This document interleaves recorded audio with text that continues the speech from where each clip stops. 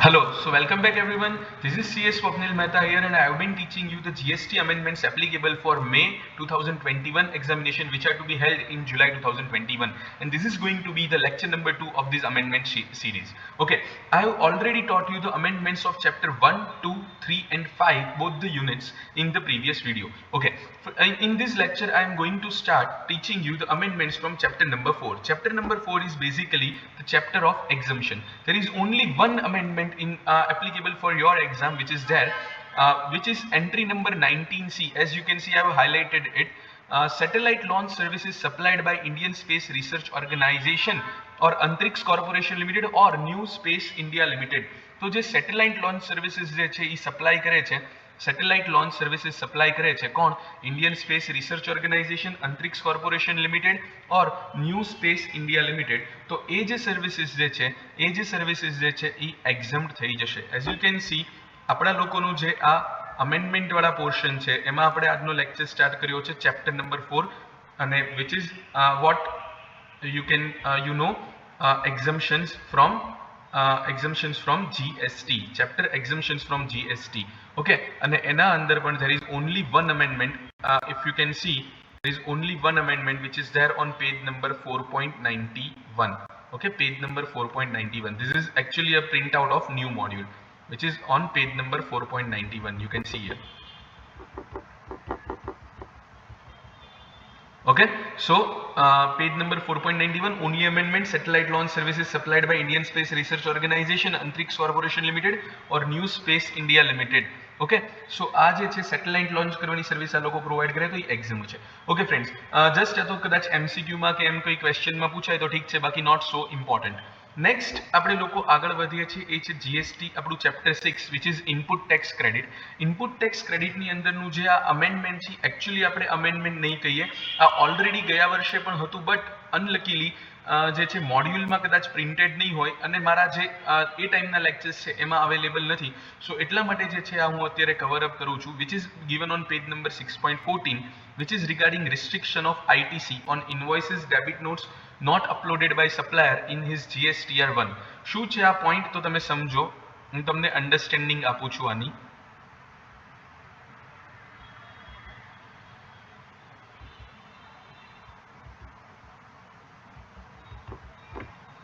Okay, so friends, થતું હતું શું પહેલા તો કે there were cases એમાં people used to claim bogus GST credits. Bogus GST credits.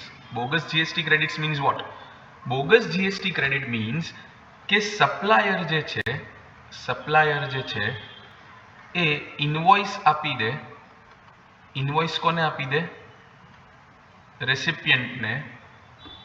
Supplier invoice આપી દે રેસિપિયન્ટને અને એમાં એવું બતાવી દે છે કે હું રેસિપિયન્ટ પાસેથી ટેક્સ કલેક્ટ કરું છું. ઓકે, એટલે માની લો કે ભાઈ આવી રીતે એક ઇનવોઇસ છે જેમાં 100 રૂપીઝનો બિલ હોય, એના પર 18 રૂપીઝની જીએસટી કલેક્ટ કરે છે અને રેસિપિયન્ટ પાસે 118 ચાર્જ કરે છે. ઓકે, હવે ઓન પેપર તો એ લોકો આવું ટ્રાન્ઝેક્શન બતાવે જ છે કે રેસિપિયન્ટ જે છે એ સપ્લાયરને 118 પે કરે છે. તો આ 18 કોના છે તો કે 18 રૂપીઝ છે. 18 રૂપીઝ છે એ ગવર્મેન્ટની ઇન્કમ છે, જે સપ્લાયરે શું કરવું જોઈએ? જે સપ્લાયરે ગવર્મેન્ટને પે કરી દેવા જોઈએ. આ 18 રૂપીઝ સપ્લાયરે પે કરવા જોઈએ ગવર્મેન્ટને. એટલે પોતાનું જે જીએસટીઆર ફાઇલ કરે સપ્લાયર, એની અંદર એણે આ 18 રૂપીઝ ગવર્મેન્ટને પે કરવા જોઈએ. બટ થતું હતું એવું કે સપ્લાયર જે છે એ અમાઉન્ટ ગવર્મેન્ટને પે નહોતો કરતો. થતું હતું એવું કે સપ્લાયર એ અમાઉન્ટ ગવર્મેન્ટને પે નહોતો કરતો અને રિસિપિયન્ટ જે છે એ એની આઈટીસી અવેલ કરી લેતો હતો. એટલે ગવર્મેન્ટને તો લોસ જાય કે જે પૈસા ગવર્મેન્ટને મળ્યા પણ નથી એની ઇનપુટ ટેક્સ ક્રેડિટ અવેલ થઈ જાય. એટલા માટે ઘણા વખતથી જે છે વાત ચાલતી હતી કે આને રિસ્ટ્રિક્ટ કરવા શું કરવું. તો એટલા માટે જે છે આવી સિચ્યુએશન રોકવા માટે હવે જે છે એવું કહેવામાં આવ્યું કે ભાઈ જો આવો પ્રોબ્લેમ ક્રિએટ કરશે સપ્લાયર તો અમે પનિશ કરશું રિસિપિયન્ટને. જો પ્રોબ્લેમ ક્રિએટ કરે છે કોણ? Supplier. Who is not paying the tax? So supplier is not depositing the tax, we can say.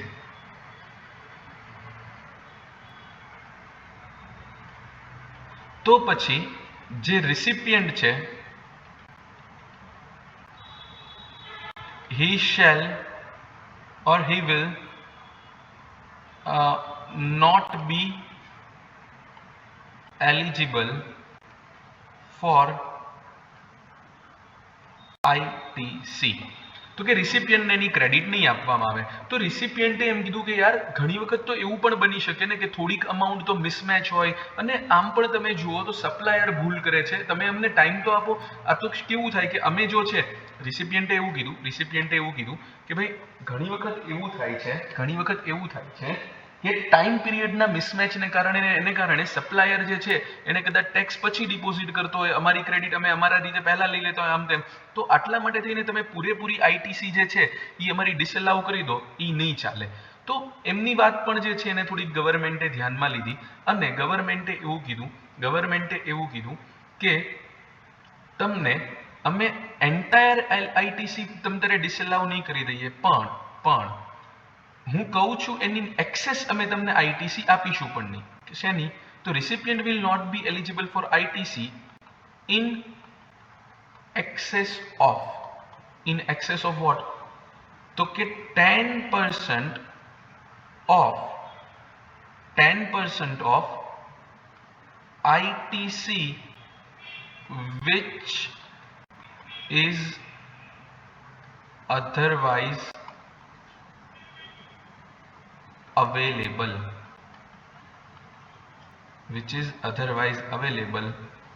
as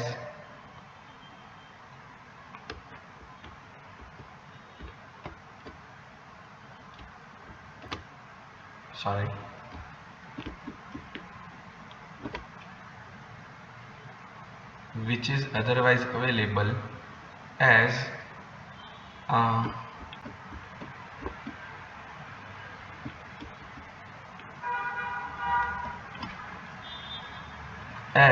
the supplier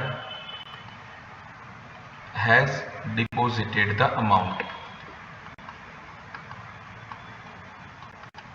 Now તમને ક્વેશ્ચન થાય કે sir how are we suppose to calculate this? Okay, તો એક example લઈએ. Mister X છે, એણે in the month of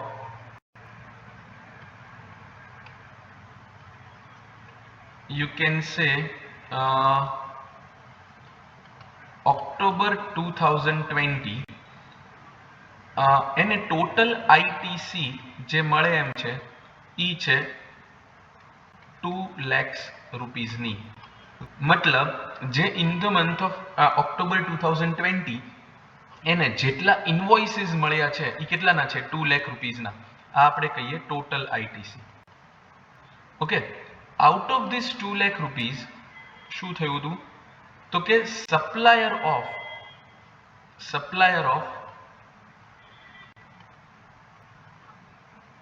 you can say ₹1,50,000 ITC. મતલબ જેટલો 1,50,000 નો તમારો જીએસટી હતો એના ઈ સપ્લાયરે એનું પેમેન્ટ કરી દીધું છે. તો ઈ સપ્લાયર જે છે 1,50,000 વાળા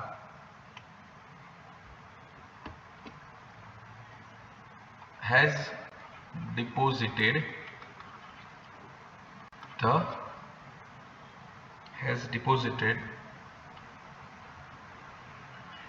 the tax.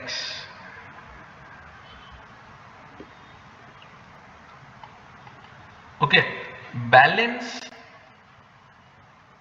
50,000 એ ઓબ્વિયસલી કેવું આવશે કે જેને ટેક્સ ડિપોઝિટ કર્યો નથી.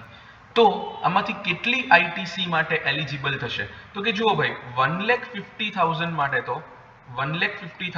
તો એલિજિબલ થઈ જ જશે.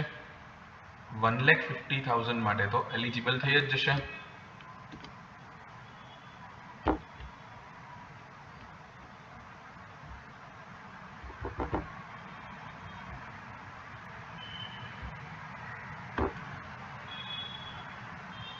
$1,50,000 માટે તો એલિજિબલ થઈ જ જશે. આ 50,000 જે છે એની ગવર્મેન્ટ ના પાડે છે, પણ ગવર્મેન્ટે શું કીધું કે નહીં, અમે ચલો તમારી વાત સાચી છે કે બધી તમને ડિસઅલાઉ ના કરી દેવી જોઈએ, સપ્લાયરનો વાંક છે ને રિસિપિયન્ટને કેમ ડિસઅલાઉ કરવી? તો જેટલી તમારી એલિજિબલ આઈટીસી છે, જેટલી તમારી એલિજિબલ આઈટીસી છે, which is just a minute.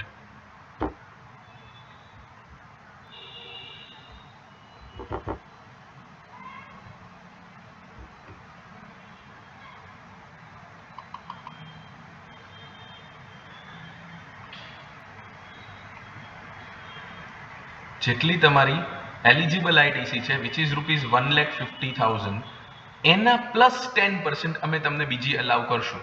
તો 1,50,000 એના 10% એ કેટલા થાય? 15,000. યસ, તો આ 50,000 માંથી ખાલી કેટલું અલાઉ થશે? 15,000. તો બાકીની 35,000 ડિસઅલાઉ થઈ જશે. ઓકે, સો ટોટલ જે અલાઉ થશે એ કેટલી હશે? તો કે ટોટલ જે અલાઉ થશે એ 1,50,000 પ્લસ 15,000 1,65,000 રૂપીઝ આટલી ઇનપુટ ટેક્સ ક્રેડિટ જે છે 1,65,000 રૂપીઝ આટલી ઇનપુટ ટેક્સ ક્રેડિટ જે છે એ અલાઉ થશે. કેટલી ઇનપુટ ટેક્સ ક્રેડિટ અલાઉ થશે? તો કે જે સપ્લાયરને 1,50,000 હોય એ પ્લસ એના 10% એટલે 1,65,000. માની લો કે આ અમાઉન્ટમાં ચેન્જ હોત, આ એક્ઝામ્પલ આ રીતે ના હોત,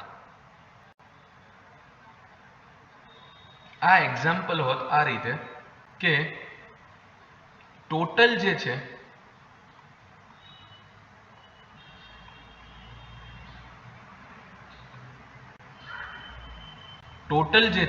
એ 2 લાખનું ઇનપુટ ટેક્સ ક્રેડિટ હતી.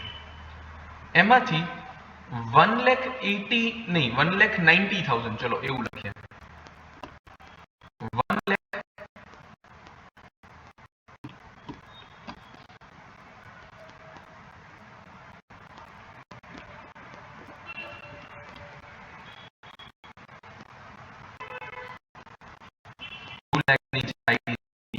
એમાંથી 1,00,000 આઈટીસી જે છે એવી હતી કે જેમાં સપ્લાયર હેડ ડિપોઝિટ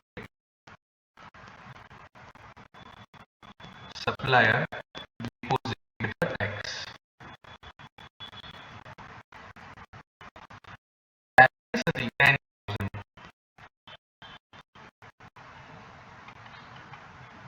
એ જ એવું હતું કે સપ્લાયરે ટેક્સ ડિપોઝિટ નતો કર્યો. તો હવે તમે જોવા જાઓ તો શું થશે? તો ભાઈ આ 1,90,000 છે એ તો અલાઉ થશે જ. તમે એમ કહો સર બીજા એના 10% એટલે 1,90,000 ના હું 10% કરું તો સર 19,000 થયા, તો એ પણ અલાઉ થાય. એવું ના થાય, તમારો ક્લેમ જે છે તો પછી 1,90,000 પ્લસ 90,000 કરું તો 2,09,000 થઈ જાય, તો એ તો એકચ્યુઅલ અમાઉન્ટને વધી જાય. તો એકચ્યુઅલ અમાઉન્ટ કરતા જે તમારો ટોટલ ક્લેમ જે છે એ એક્સીડ ના થઈ શકે. તો અહીંયા પૂરેપૂરું 2 લાખ જે છે અલાઉ થઈ જશે. ટૂંકમાં બેલેન્સ 10,000 ની વિધિન 10% લિમિટ છે એટલે અલાઉ થઈ જશે. Okay friends, yes, so this is it. આ જે છે એ બીજું એક વસ્તુ જે છે એ તમારે ધ્યાનમાં રાખવાની છે. ઓકે, ઘણા સ્ટુડન્ટે એવું કીધું છે, ચલો તમારે આ લખવું હોય તો તમે લોકો આમાંથી કંઈ પણ લખી શકો છો. આ જ વસ્તુ જે છે એ તમને આપેલી છે આ સર્ક્યુલરના થિયોરેટિકલ ફોર્મમાં, જે તમે તમારી નવી મોડ્યુલના પેજ નંબર 6.14 થી ડાઉનલોડ કરી શકો છો. ઓકે, સો જેની અંદર આ બધું તમને લોકોને આપેલું છે.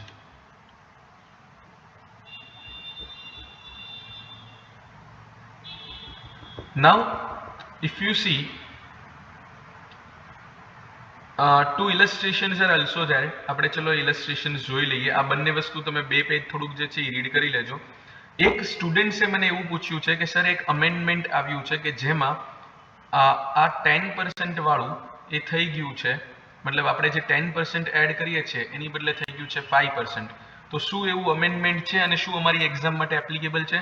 તો કે યસ, એ અમેન્ડમેન્ટ તો છે પણ તમારી એક્ઝામ ઓકે, સો એ 5% વાળું અમેન્ડમેન્ટ તમારી એક્ઝામ માટે એપ્લિકેબલ નથી. The reason is, if you C, this is the statutory update for November 2021 examination given by ICI on its portal. આ જે છે એની અંદર આ લખેલું છે કે આઈટીસી જે છે એની અંદર ચેપ્ટર 6 માં આ 110% વાળું જે છે પોર્શન કેન નોટ એક્સીડ 10% વાળું જે છે એની બદલે એ રિડ્યુસ કરીને કરી દીધું છે ફ્રોમ 10% ટુ 5%. યસ, તો પણ એ જે છે એ ખાલી કોને એપ્લિકેબલ છે? એ છે નવેમ્બર વાળા સ્ટુડન્ટ્સને applicable.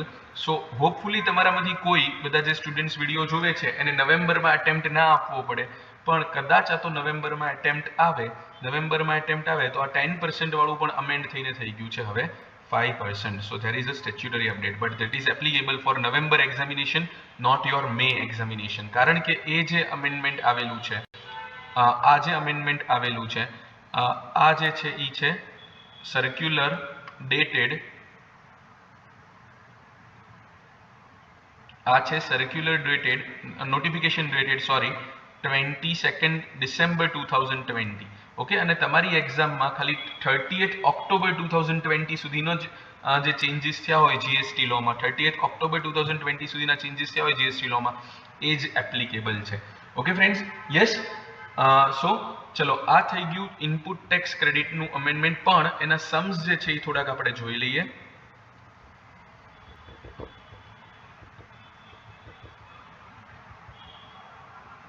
So if you see on page number 6.16, they have given you like this, Vijay Sales કે જે રજિસ્ટર્ડ સપ્લાયર છે receives 100 invoices, તો એને 100 invoices મળ્યા for input inward supply of goods or services involving GST of rupees 10 lakh. તો 10 lakh rupees નો GST આવ્યો, yes, from various suppliers during the month of October. Okay, out of 100, 80 invoices involving GST of rupees 6 lakhs have been uploaded by the suppliers in their respective GSTR ones. તો ખાલી 6 લાખ ના તે જે છે એ upload કર્યા છે સપ્લાયરે. Okay, તો એમ કે છે compute ITC that can be claimed by Vijay Sales in GSTR 3B for the month of October to be filed by November 20th November, assuming to be filed by 20th November, assuming that GST of rupees 10 lakh is otherwise eligible for ITC. મતલબ એ બધી બાકીની condition તો satisfy કરી લે છે, otherwise eligible છે, પણ ખાલી પ્રોબ્લેમ એ છે કે પેલા લોકોએ અપલોડ કર્યા નથી. તો આપણને એટલી ખબર છે કે સર ચલો આ 10 લાખમાંથી આપણે અહીંયા 10 લાખમાંથી આપણે 2 પાર્ટ્સ કરી દેશું, કે એક જે છે એ થઈ ગયા 6 લાખ અને એક થયા 4 લાખ, જેમાંથી આ 6 લાખ તો ટોટલી એલિજિબલ છે જ. અગેન જે આપણે હમણાં સમજ્યા એ પ્રમાણે 6 લાખના 10%, 6 લાખના 10% તો 0.6 લાખ એટલે કે 60,000 એ પણ બીજા એલિજિબલ થશે. તો 6 પ્લસ 0.6, તો આનો આન્સર શું આવે? 6.6 લાખ આટલું એલિજિબલ થવું જોઈએ. યસ, તો you can see the answer is given here which is 6.6 lakh. Clear? The answer is 6.6 lakh. Okay, yes. So આ થયું ઇલસ્ટ્રેશન નંબર 1. આવું ક્યારેક તમને એક્ઝામમાં પૂછે છે. મોક ટેસ્ટનો પેપર નંબર 2 જે છે એમાં એક સમની અંદર આવી રીતે ટેસ્ટ કરેલું છે. Okay, please see that. Illustration 2 એ પણ થોડુંક આ ટાઈપનું જ છે. શું કહે છે એની અંદર? તો Ajay sales registered supplier receives 100 invoice.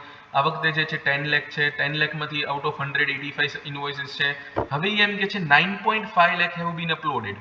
તો 9.5 લાખ અપલોડ કરી દીધા છે, તો 9.5 લાખ પ્લસ તમે 10% કરવા જાઓ તો હમણાં જેમ મેં તમને સમજાવ્યું હતું એમ એ અમાઉન્ટ જે છે એ ટોટલ અમાઉન્ટ કરતાં વધી જશે, કારણ કે 9.5 ના 10% કરવા જાઓ તો એ 0. you can say 95 lakhs આવશે, 95,000.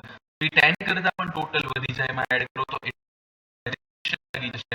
ટોટલ તમે આઈટીસી ક્લેમ નહીં કરી શકો. ટોટલ જે 10 લાખ થી વધારે છે એ આઈટીસી તમે ક્લેમ નહીં કરી શકો. આટલું યસ. સો આની સાથે I can say that applicable amendment under ITC has been covered. Okay, જે amendment કરી શકાય કે મોડ્યુલની અંદર છે એ કહી શકાય has been covered.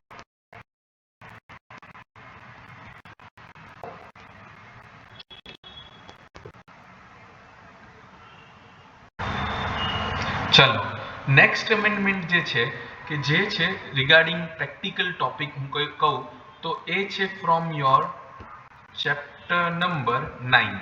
Okay, chapter number 9 જેમાં interest on delayed payment of tax section 50 આપણે લોકો ભણતા હતા. યસ, એની અંદર તમને એવું કંઈક સમજાવવામાં આવતું હતું. Let me just help you revise the concept first.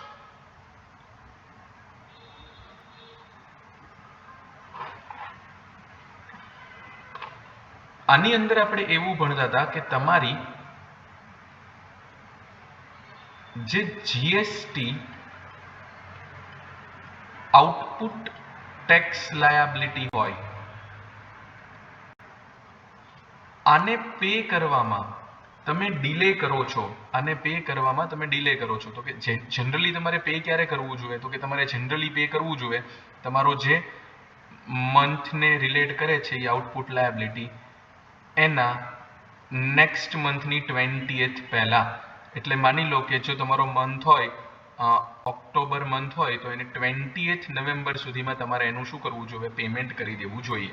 Okay, જો હવે એ તમે પેમેન્ટ કરવામાં ડિલે કરો છો તો તમે જે દિવસે પેમેન્ટ કરો 20th નવેમ્બર પછીથી, એટલે કે આમ જુઓ તો 21st નવેમ્બરને ગણીને જે દિવસે તમે પેમેન્ટ કર્યું, લાઈક માની લો કે તમે આ પેમેન્ટ કર્યું છે એ તમે કર્યું 20th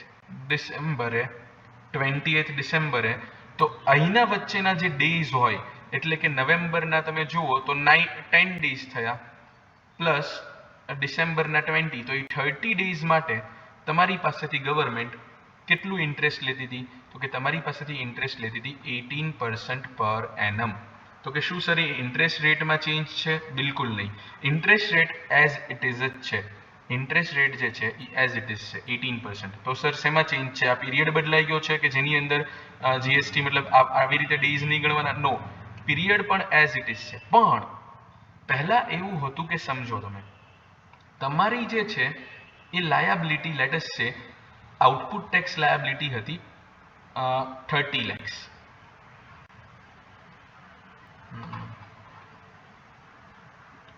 નોટ 30 lakhs, ચલો લેટસ છે તમારી આઉટપુટ ટેક્સ લાયબિલિટી હતી લેટસ છે 80 lakhs. ઓકે, આની સામે તમારી પાસે 30 lakhsની અવેલેબલ હતી ઇનપુટ ટેક્સ ક્રેડિટ ITC. તો તમારે એકચ્યુઅલી ગવર્મેન્ટને જે કેશ પેમેન્ટ કરવાનું હતું, તમારા કેશ લેજરથી પેમેન્ટ કરવાનું હતું, એ કેટલું થતું? 50 લાખ. તો પહેલા એવું હતું કે જે તમે ઇન્ટરેસ્ટ કેલ્ક્યુલેટ કરતા હતા ને એ આ 80 લાખ રૂપીસ પર કેલ્ક્યુલેટ કરતા હતા, એટલે કે તમારી ટોટલ આઉટપુટ ટેક્સ લાયબિલિટી પર. ગવર્મેન્ટને થયું કે તમે સમજો માણસે એકચ્યુઅલી 80 લાખમાંથી તો 30 લાખ તો એની પાસે આમાંય અવેલેબલ હતા, તો એને પેમેન્ટ તો 50 લાખ રૂપીસનું ડિલે કર્યું છે. તો 50 લાખ પર જ આપણે શું કરવું જોઈએ? ઇન્ટરેસ્ટ કેલ્ક્યુલેટ કરવું જોઈએ. શેના પર ઇન્ટરેસ્ટ કેલ્ક્યુલેટ કરવું જોઈએ? 50 લાખ પર, નહીં કે 30 લાખ પર. તો ગવર્મેન્ટને આ રિયલાઇઝ થયું, એટલા માટે એ લોકોએ એક અમેન્ડમેન્ટ લાવ્યું કે આ 50 લાખ પર ઇન્ટરેસ્ટ કેલ્ક્યુલેટ થવું જોઈએ. પણ પછી ગવર્મેન્ટને થયું કે આમ તો ઘણા લોકો જે ટેક્સ ઇવેડર્સ હશે એ એવું કરશે કે અમુક જે જીએસટીની જેની લાયબિલિટી ને બધું હોય એ એના રિટર્નની અંદર તો શો જ નહીં કરે.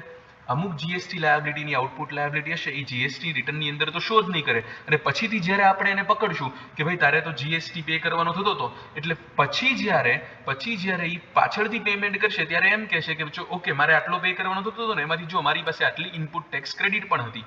તો ત્યારે જે છે ઇનપુટ ટેક્સ ક્રેડિટ માઇનસ કરીને પછીથી એ લોકો એમ કહેશે કે આટલા પેમેન્ટ પર જ મારે ઇન્ટરેસ્ટ દેવાનો થાય. એવું ના થાય, એવું ટેક્સ ઇવેઝન ના થાય, એટલા માટે ગવર્મેન્ટે શું કીધું તમે ધ્યાન રાખજો, સમજો.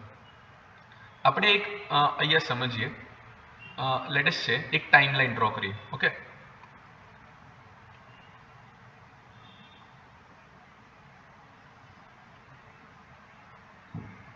Okay, assume this is a timeline.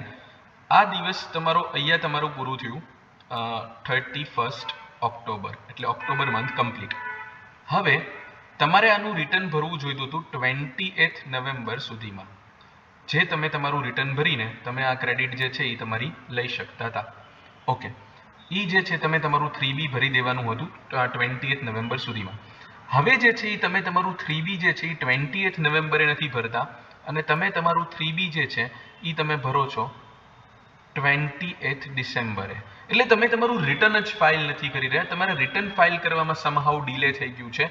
એને કારણે તમે શું કરો છો? એને કારણે તમે તમારો ટેક્સ પે કરવામાં ડીલે કર્યું. ગવર્મેન્ટ કે છે કોઈ જ વાંધો નહીં, આવી રીતે ટેક્સ પે કરવામાં ડીલે થયું હશે ને, અને આવો કેસ હતો કે મેં કીધું એમ કે 80 લાખ જે છે એ તમારી લાયબિલિટી હતી, 30 લાખની તમારી પાસે ક્રેડિટ હતી અને 50 લાખનું પેમેન્ટ કરવાનું હતું. તો ગવર્મેન્ટ કહે છે ઇફ સચ ઇઝ ધ કેસ કે જેમાં તમારું રિટર્ન ફાઇલ કરવાનું જ ડિલે થઈ ગયું છે, રિટર્ન ફાઇલ કરવાનું જ લેટ થયું છે, એટલે ટેક્સ પે કરવામાં તમે લેટ કર્યો છે, કોઈ વાંધો નહીં, તો તમે આવા કેસમાં અમે અમેન્ડમેન્ટ લાવી દીધું, હવે ખાલી તમે 50 લાખ પર જ ટેક્સ પે કરજો. પણ માની લો કે સિચ્યુએશન 2 જેમાં તમે અહીંયા આપણે આ સિચ્યુએશન શું સમજ્યા કે when return is also delayed. આ થઈ situation 1. Okay, when your return is also delayed. હવે સમજો situation 2, return is not delayed.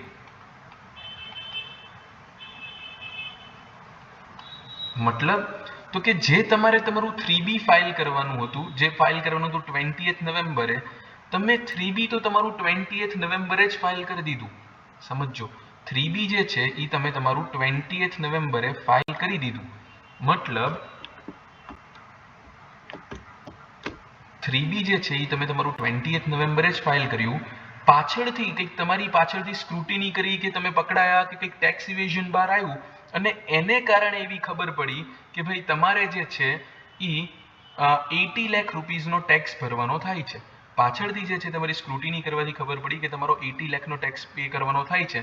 તમે એમ કહો છો કે ઓકે ભલે ચલો માની લઈએ કે મેં એ ટેક્સ ઇવેઝન કર્યું, પણ એ 80 લાખમાં 30 લાખની તો મારી પાસે ઇનપુટ ટેક્સ ક્રેડિટ અવેલેબલ છે, તો મારે 50 લાખ જ ભરવાનો થાય છે. તો ગવર્મેન્ટ કે ભાઈ આટલો જ સારો હતો, તારે ક્રેડિટ ક્લેમ કરવી હતી ને બધું બરાબર છે, અમે તને ક્રેડિટ આપશું, ઇટ્સ ઓકે, પણ આ વખતે જે છે એ તારી મતલબ ક્રેડિટ જો છે એ તો ક્રેડિટ તો તમારી પડી જ રહેશે, ક્રેડિટ સાથે અમને કોઈ પ્રોબ્લેમ નથી, પણ આ વખતે જે તારું ઇન્ટરેસ્ટ કેલ્ક્યુલેટ થશે એ થશે ઓન 80 lakhs. કારણ કે તે રિટર્ન તો જે છે એ ટાઈમ ટુ ટાઈમ ફાઇલ કરી દીધું, પણ તે આ જીએસટીનું પેમેન્ટ ના કર્યું, એટલે આ વખતે અમને એવું છે કે તું જે છે એ પૂરેપૂરું 80 લાખ ગવર્મેન્ટ સાથે ચીટ કરવાની ટ્રાય કરી રહ્યો હતો. સો એ પૂરેપૂરા 80 લાખ પર we are not discussing about credit. Okay, we are not discussing about credit. We know કે આમાં તે અમુક ગુડ્સ પેલા કન્ફિસ્કેટ કર્યા હોય ને આમને તેમને પાછળથી સીઝ કર્યા હોય ને બધું ખબર પડી હોય, એના પરની ક્રેડિટ તો મળતી નથી. પણ ચલો આપણે એ ક્રેડિટ વાળા કોમ્પ્લેક્સ સિચ્યુએશનમાં એમ નથી જઈ રહ્યા, પણ ગવર્મેન્ટ એમ કહેશે કે હવે અમે જે તારો પાસેથી ઇન્ટરેસ્ટ ક્લેમ કરશું એ 80 લાખ પર કરશું, કારણ કે તારું રિટર્ન ડિલેડ નથી, તે રિટર્ન તો ટાઈમ પર ભરી દીધું. એનો મતલબ એમ હતો કે તું આ 80 લાખનું તો બૂચ મારવાની ટ્રાય કરતો હતો. સો એ પૂરેપૂરા 80 લાખ પર હવે અમે ઇન્ટરેસ્ટ લેશું. હા, માની લો રિટર્ન ડિલે છે અને એને કારણે ટેક્સ ડિલે થયો છે, તો અમે તમને આ ક્રેડિટ જે છે એ તમે કન્સિડર કરીને, તમારી ક્રેડિટ કન્સિડર કરીને 50 લાખ પર જ આ 50 લાખ પર જ ટેક્સ લઈશું. પણ જો તમે આવો પ્રોબ્લેમ કર્યો, આવો તમે કાંડ કરવા ગયા છો, આવી અમારી સાથે ચીટ કરવા ગયા છો કે રિટર્ન ભરી દીધું ટાઈમ ટુ ટાઈમ આમ તેમ, પણ પાછળથી તમે કંઈક પકડાયા સમહાવ અને એમાં કંઈક તમારી ક્રેડિટ જે છે એમાં તમે પછી એમ કહો છો કે એમાં પણ ક્રેડિટ સિવાયની અમાઉન્ટ પર જ હું ઇન્ટરેસ્ટ લગાવો, તો સોરી, ત્યારે તમે જેટલું તમારી આઉટપુટ ટેક્સ લાયબિલિટી હશે એટલી અમે એમ માની લઈશું કે એ તમારો ઇવેઝનનો ઇન્ટેન્શન હતો. જેટલી તમારી આઉટપુટ ટેક્સ લાયબિલિટી હશે એ અમે માની લઈશું કે તમારો ઇવેઝનનો ઇન્ટેન્શન હતો અને પૂરા 80 લાખ પર અમે ઇન્ટરેસ્ટ લગાવીશું. Clear friends? Yes. So you can see here, આપણે રીડ કરીએ છીએ પ્રોવિઝન. તો પ્રોવિઝનમાં તમને એવું આપ્યું છે, every person who is liable to pay tax in accordance with the provision of this act or the rules made thereunder but fails to pay the tax or any part thereof to the government within the period prescribed shall pay for the period for which the tax or any part thereof remains unpaid, pay on his own એટલે self assessment કરવાનું છે, right? Interest at સચ rate ઈ છે 18%, not exceeding 18%, yes 18% થી થઈ જાય છે, as may be notified by the government on the recommendation of council. હવે ઈ શું કહે છે કે જે એની પે લાયબલ ટુ પે હતો. હવે વર્ડ જ્યારે તમે એમ યુઝ કરો કે person liable to pay tax, તો લાયબલ ટુ પે તો બે રીતે થઈ શકે. લાયબલ ટુ પે એ તો બે રીતે થઈ શકે, ક્રેડિટથી પેમેન્ટ થઈ શકે અને કેશથી પણ પેમેન્ટ થઈ શકે. તો જો just if it is just about liability to pay તો પછી બંને વસ્તુ આવી જશે, ક્રેડિટ અને કેશ બંને, એના પર ઇન્ટરેસ્ટ 18%. પણ એટલા માટે ગવર્મેન્ટે શું કર્યું છે, એટલા માટે ગવર્મેન્ટે જે આપણું તમારું અમેન્ડમેન્ટ છે માં સરસ મજાનું ક્લેરિફિકેશન આપી દીધું છે કે provided that interest on tax payable in respect of supplies made during a tax period and declared in the return for the said period furnished after the due date in accordance with the જો શું કીધું છે જે return છે return for the said period furnished after the due date in accordance with the provision of section important શું છે furnished after the due date such return is furnished after commencement proceeding એટલે મેં કીધું એમ કે કેટલું hard કર્યું હોય કેવું કર્યું હોય તો એક્સેપ્શન તો ઈ કેસમાં the return for the said period after the due date accordance with the return for the said period furnished after the due date of the provision of section 30 it shall be levied interest shall be levied interest on such shall be levied on that portion of the tax that is paid by the electronic cash ledger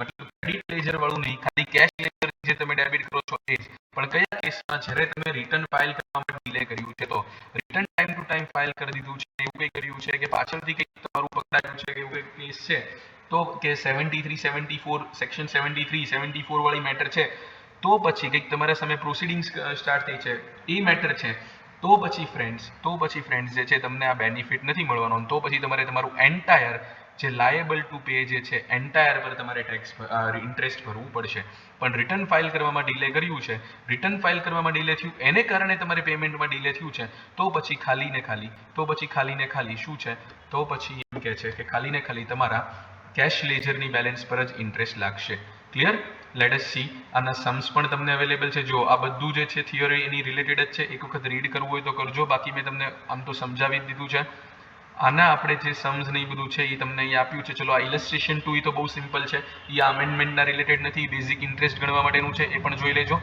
પણ ઇલસ્ટ્રેશન 3 જે છે એ આ amendment related ઇલસ્ટ્રેશન છે તો એમ કે છે Messrs ABC limited have ફાઇલ્ડ there GSTR 3B for the month of July 2020 within the due date prescribed under section 39 that is 20th August 2020 okay post filing of the return the registered person has noticed during the September 2020 that tax dues for the July 2020 have been short paid by 40,000 मतलब 40,000 rupees નું payment કરવાનું હતું એ રહી ગયું પણ અહીંયા શું છે તો કે આ થઈ ગયો તમારો ઈ કેસ કે જેમાં તમે sorry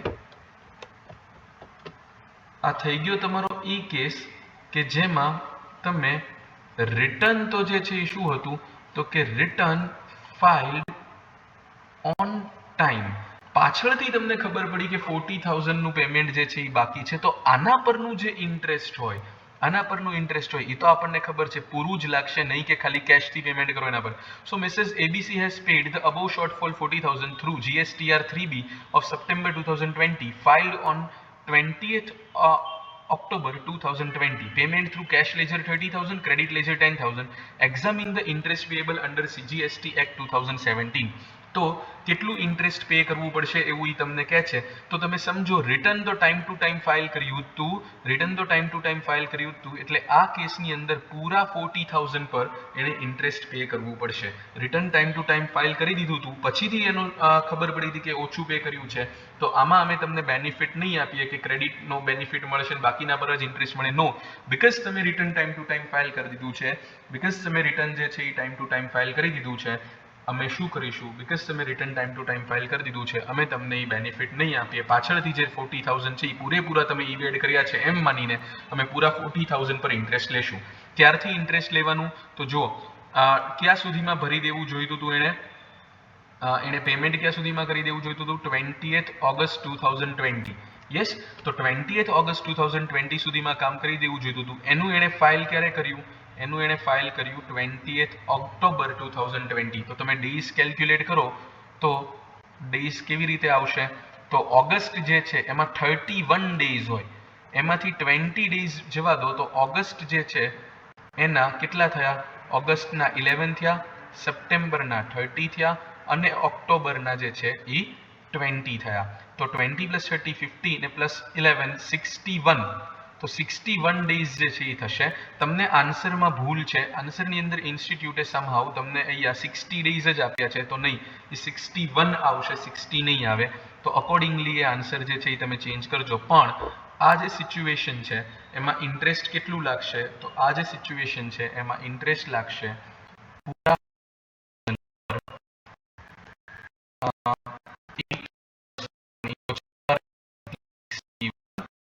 by 65.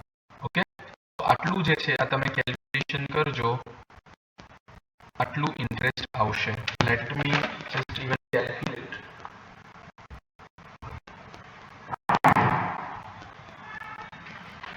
So the amount of interest would be 40,000 into 18% into 61 divided by 365. So 1203 rupees. 1203 rupees થશે. ક્લિયર? પહેલી સિચ્યુએશન એને ખાલી થોડો આન્સર અલગ આવતો હશે બીકોઝ એને 60 ડેઝ લીધા છે. યસ, તો જો અહીંયા આગળ એને 60 ડેઝ લીધા છે, એ ભૂલ છે એની. 40,000 into 61 કરવું પડશે એટલે કેટલું આવશે? આપણે કીધું એમ 1203. આટલો તમારા મોડ્યુલમાં ચેન્જ કરી નાખજો, 1203 આવશે. ડન. હવે જે છે ફાઇનલી એ ઉપર આપણે સમજીએ જે અમેન્ડેડ પ્રોવિઝન વાળું છે. એમ કે છે what would be your answer. એને તમને એવું પૂછ્યું what would be your answer, what would be your answer if GSTR 3B for the month of July 2020 has been filed belatedly on 20th October 2020 and the self-assessment of 40,000 tax of 40,000 has been paid on 20th October 2020, એમાં cache ledger થી 30,000 ને credit ledger થી 10,000. આ આખું જે છે આ highlighted part એ આપણું અમેન્ડમેન્ટ છે. ઇફ યુ નો, યસ, આ આપણો આખો અમેન્ડમેન્ટ પાર્ટ છે. તો આ અમેન્ડમેન્ટ પ્રમાણે હવે તમે રિટર્ન ફાઇલ કરવામાં જ લેટ કર્યું હતું, તો હવે ખાલી જે ઇન્ટરેસ્ટ લાગશે યા 40,000 પર નહીં 30,000 પર લાગશે, બાકી બધું સેમ હશે. તો કેવી રીતે, કેટલું આવશે? તો 30,000 ઇન્ટુ 18% ઇન્ટુ 61 બાય 365, કારણ કે રિટર્ન ફાઇલ કરવામાં તમે ડિલે કર્યું છે. સો 30,000 18% ઇન્ટુ 61 બાય 365, સો 902 રૂપીઝ જે છે એ ઇન્ટરેસ્ટ તમારે ભરવું પડશે. 902 રૂપીઝનું ઇન્ટરેસ્ટ આવશે. Clear? So friends, this is it. આટલું સિમ્પલ હતું. જે અમેન્ડમેન્ટ છે એ મેં તમને લોકોને કવર કરાયું છે. અહીંયા 888 આવે છે અગેન બીકોઝ એ 60 લઈ રહ્યા છે, ત્યાં તમે 61 કરવાનું છે. 60 લે છે તે 61 કરવાનું છે. Okay, this is it. This is the only another amendment કે જે સમ્સની અંદર તમને પૂછી શકાય. ઓકે, હવેના જે બાકીના અમેન્ડમેન્ટ છે એ જે છે એ બધા વી કેન સે કે થિયોરેટિકલ અમેન્ડમેન્ટ છે, જેમાં એક બે અમેન્ડમેન્ટ ઇમ્પોર્ટન્ટ છે જે તમને એક્ઝામની અંદર કદાચ ટેસ્ટ થશે. તો એ જે છે એ આપણે લોકો ચલો હવે સમજી લઈએ. તો આ સાથે જે છે જીએસટીના અમેન્ડમેન્ટ પછી એ બધું સમજી લેશું એટલે જીએસટીના અમેન્ડમેન્ટ પૂરા થઈ જાય. So chapter 6 done, chapter 9 done. Chapter 7માં કોઈ એસ સચ અમેન્ડમેન્ટ નથી. ચેપ્ટર 8 પર જઈએ તો ચેપ્ટર 8 ની અંદર એક મોટું અમેન્ડમેન્ટ છે. ચેપ્ટર 8 ની અંદર એક મોટું અમેન્ડમેન્ટ છે વિચ ઇઝ ઇનવોઇસીસ. ઇનવોઇસીસ જે તમને અહીંયા આપ્યું છે page number we can say 8.16 પર. સો ઇનવોઇસિંગ એક નવું અમેન્ડમેન્ટ છે કે જે તમારે લોકોએ સમજવાનું છે. તમારી એક્ઝામની અંદર એપ્લિકેબલ છે કારણ કે 1 ઓક્ટોબર 2020 થી જ એપ્લિકેબલ થઈ ગયું હતું. ઓકે, શું છે આ ઇનવોઇસિંગ? તો ગવર્મેન્ટની તમે સમજો, ગવર્મેન્ટને જીએસટીની અંદર ઘણી બધી વખત એવી પ્રોબ્લેમ થતી હોય છે કે લોકો ઇનવોઇસ ઇસ્યુ કરે, પછી જે છે ઇનવોઇસ ઇસ્યુ કરે પછી જે છે એની કદાચ ઈ-વે બિલ પણ બનાવે અને પછી પાછળથી જે છે ઈ-વે બિલ પછી પાછળથી જે છે ઈ-વે બિલ કેન્સલ કરી નાખે ને આમ તેમને. અને ફિઝિકલ ઇનવોઇસીસની અંદર બહુ બધા બીજા પણ પ્રોબ્લેમ્સ રહેતા હોય કે લાઈક ફિઝિકલ ઇનવોઇસીસથી જે છે એ ટેક્સ ઇવેઝન કરવાના નવા રસ્તા લોકો શોધી કાઢતા હોય ને આમ ને તેમ.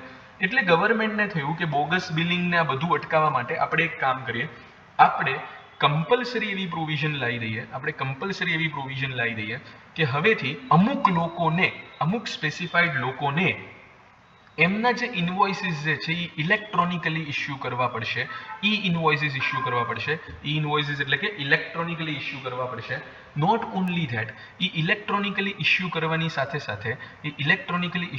સાથે સાથે ગવર્મેન્ટની સાઇટ પર, ગવર્મેન્ટની એક પોર્ટલ પર એણે ઇનવોઇસીસનું રજિસ્ટ્રેશન પણ કરાવવું પડશે. એટલે તમે સમજો, હવે જે માણસે ઇનવોઇસ ઇસ્યુ કર્યું ગવર્મેન્ટની સાઇટ પર રજિસ્ટર કરીને, હવે એ કેવી રીતે એની ટેક્સ લાયબિલિટી ઇવેડ કરી શકે? કોઈ જેની પાસે રસ્તો રહે નહીં. નોટ ઓનલી ધેટ, બીજા બેનિફિટ કેવા થશે? તો કે જે લોકો ઈ-વે બિલ લઈને જતા હોય હોય, જે લોકો ઈ-વે બિલ લઈને જતા હોય એની સાથે પણ આ ઈ ઇનવોઇસ લઈને જાય તો ઇઝીલી જે છે એનું ચેકિંગ ને બધું વ્યવસ્થિત થઈ શકે કે આના ઉપરનો જીએસટી જે છે એ પે થયો છે કે નહીં, જે એનું ઈ-વે બિલ ને બધું પ્રોપરલી બન્યું છે કે નહીં, એ બધું જે છે એ ચેકિંગ ને બધું પ્રોસિજર જે છે એ ઇઝી થઈ શકે. એટલા માટે mainly we can say tax evasion રોકવા માટે જે છે ઈ ઇનવોઇસિંગની પ્રોવિઝન જે છે એ ગવર્મેન્ટે ઇન્ટ્રોડ્યુસ કરી છે. હવે તમે સમજો, તમને એમ થાય કે સર ઓકે આ ઈ ઇનવોઇસિંગ જે છે એને રિલેટેડ કોને તમે કીધું એપ્લિકેબલ છે, તો ચલો વન બાય વન બહુ જ બધી 2-3 પેજ ભરીને મોડ્યુલમાં થિયરી આપી છે, જેટલી ઇમ્પોર્ટન્ટ છે એટલી ટીક કરાવતો જાઉં છું, તમને સમજાવતો જાઉં છું. તો વન બાય વન આપણે સમજીએ. The GST council approved the proposal to introduce electronic invoice hereinafter called as e-invoice in phased manner in 37th meeting held on 20th September 2009. Accordingly, steps have been taken to introduce e-invoicing for the reporting of underlined terms business to business invoices to GST system beginning from 1st January 2020 on voluntary basis with effect from 1st October 2020. There is a switch from voluntary to mandatory invoicing for certain notified category of taxpayers. તો 1st જાન્યુઆરી 2020 થી જે લાવ્યા હતા એ voluntary હતું, પણ પછી જે લાવ્યા છે એ મેન્ડેટરી કર્યું છે, પણ સર્ટેન ખાલી કોની માટે મેન્ડેટરી, ખાલી કોની માટે છે તો કે મેન્ડેટરી છે એ ખાલી notified categories of tax payer માટે જ છે. કોણ છે એ notified category of tax payer અને શું છે આ ઇનવોઇસીસ, બધું ચલો લાઈનમાં સમજીએ. તો next point,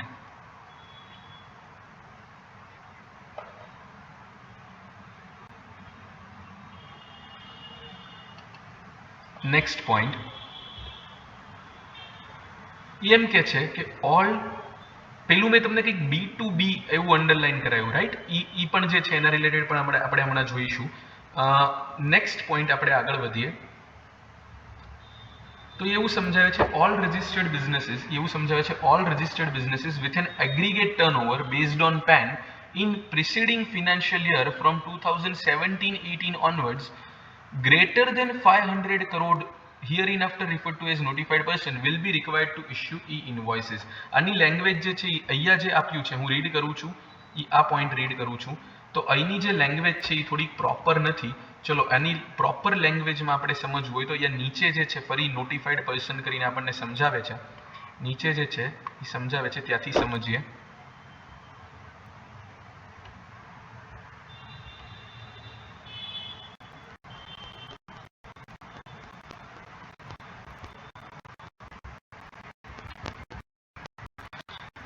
Yes, class of person notified to mandatorily issue e-invoice page number 8.19. So in view of the same powers, a registered person except specified class of person whose aggregate turnover in any financial year from 2017-18 onwards exceeds 500 crore. So શું જોવાનું છે તો કે તમારે જોવાનું છે aggregate turnover in any preceding financial year. Turnover તમારે ક્યારનું જોવાનું છે, કોઈ પણ preceding એટલે પહેલાના financial year from 2017-18 onwards exceed 500 crores. એટલે કોને exceed થાય, એ લિમિટ exceed થાય 500 crore ને. તો has been notified as class of persons who shall prepare e-invoice in respect of B2B supplies. So supply of goods or services or both to a registered person or for exports. તો B2B supply કે exports આ બે લોકો માટે જે છે એ આ સ્પેસિફાય કરેલું છે. B2B સપ્લાઈઝ મીન્સ શું તો કે બિઝનેસ ટુ બિઝનેસ, એટલે એક રજિસ્ટર્ડ પર્સન બીજા રજિસ્ટર્ડ પર્સનને સપ્લાય કરે, જો કીધું છે supply of goods or service or both to a registered person, એને B2B સપ્લાય કહેવાય. તો માની લો કે આવો કોઈ પર્સન છે કે જે 500 કરોડ કરતા તો એનું ટર્નઓવર વધારે થઈ ગયું છે પ્રિસીડિંગ ફિનાન્શિયલ યરમાં. એણે જોયું કે ભાઈ ફિનાન્શિયલ યર 2020-21માં, sorry not 2021, let us say financial year 2019-20 માં એણે જોયું કે એનું ટર્નઓવર જે છે એ એક્સીડ થઈ ગયું છે, ગ્રેટર દેન થઈ ગયું છે 500 કરોડ. તો હવે એણે પ્રીવિયસ યર એટલે કે financial year, sorry not previous year,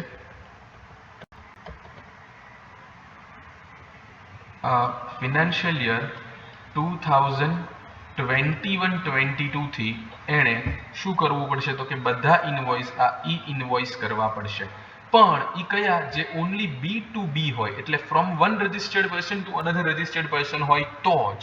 મતલબ એ માની લો કોઈ લોકલ પર્સનને સેલ કરતો હોય, એન્ડ કન્ઝ્યુમરને સેલ કરતો હોય જેની પાસે જીએસટી નંબર છે જ નહીં, તો એણે આ પ્રોવિઝન જે છે એપ્લાય કરવાની જરૂર નથી.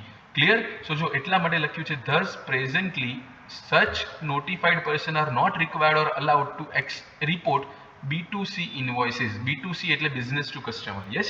However, they will be brought under e-invoices in next phase. એટલે next phase ની અંદર એવું કહેશે કે એ લોકો હવે કોઈ પણ ને આપે આવી રીતે ઇન્વોઇસ તો એને B2C હોય ઇવન તો તેને e-invoicing કરવાનું છે. Okay. Further, e-invoicing is also not applicable to invoice issued by input service distributor. ISD તમારા સિલેબસમાં નથી તો ઠીક છે, ના તો વાત છે એ આપ્યું છે.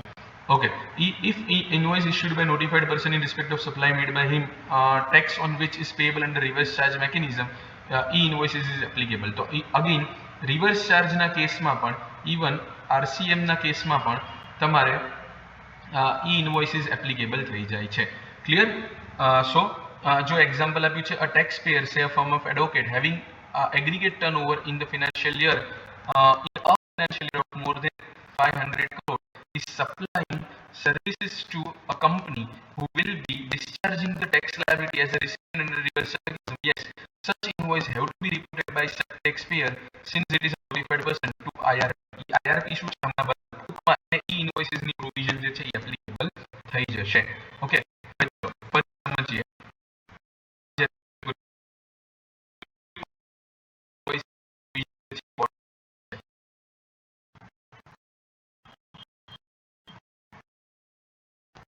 અહીંયા આપણે જોતા હતા ઓલ રજિસ્ટર્ડ પર્સન. હવે એમ કહે છે કે બિફોર વી પ્રોસીડ ફર્ધર, હું અહીંયા આવી છું, before we proceed further let us understand what is e-invoicing. e-invoicing is not a generation of invoice by government portal. તો ગવર્મેન્ટ પોર્ટલમાંથી જઈને તમારે ઇનવોઇસ બનાવવાનું છે એવું બિલકુલ નથી. Taxpayer will continue to create their GST invoices on their own accounting, billing, ERP system. એટલે તમારો જે સોફ્ટવેર વાપરતા હોય એનાથી જ તમારે કરવાનું છે as per the e-invoice schema. e-invoice schema જે છે એની અંદર બધું નોટિફાઈ કરેલું છે કે તમારે કઈ કઈ વસ્તુ હોવી જોઈએ, એની અલગ અલગ જે સ્કીમા છે એ અલગ અલગ લોકો માટે એપ્લિકેબલ હોય એ રીતે તમારે સ્કીમા આપેલી છે, એ પ્રમાણે તમારે તમારા સોફ્ટવેરથી જનરેટ કરવાનું છે. This invoice will then be reported to IRP, Invoice Registration Portal. આ હવે આવી ગયું ઇન્વોઇસ રજિસ્ટ્રેશન પોર્ટલ, આ આવી ગયું ગવર્મેન્ટનું પોર્ટલ. આજે આવી ગયું ને ઇન્વોઇસ રજિસ્ટ્રેશન પોર્ટલ, આ આવી ગયું ગવર્મેન્ટનું તમારું પોર્ટલ. ઓકે, જેને હવે શું થશે, જેને રિપોર્ટિંગ કરવામાં આવશે એને કહેવામાં આવશે કે જો ભાઈ મેં આવી રીતે એક ઇન્વોઇસ જે છે એ જનરેટ કર્યું છે. એ ઇન્વોઇસ જનરેટ કરવાથી એ શું કરશે તો કે એ તમને એક invoice IRP will generate a unique invoice reference number. એ એક invoice reference number IRN generate કરશે, digitally sign it and return the invoice to the supplier. તો ડિજિટલ જે છે એ સાઇન કરશે એને IRP અને એ સપ્લાયરને પાછું આપશે ઇનવોઇસ એનું. સો અ GST invoice will be valid only if with a valid IRN. તો સમજો આખી પ્રોસેસ શું થશે, તો પ્રોસેસ એવી થશે કે રજિસ્ટર્ડ પર્સન કે જે અહીંયા કોણ છે, even he is a notified person, he will do vote,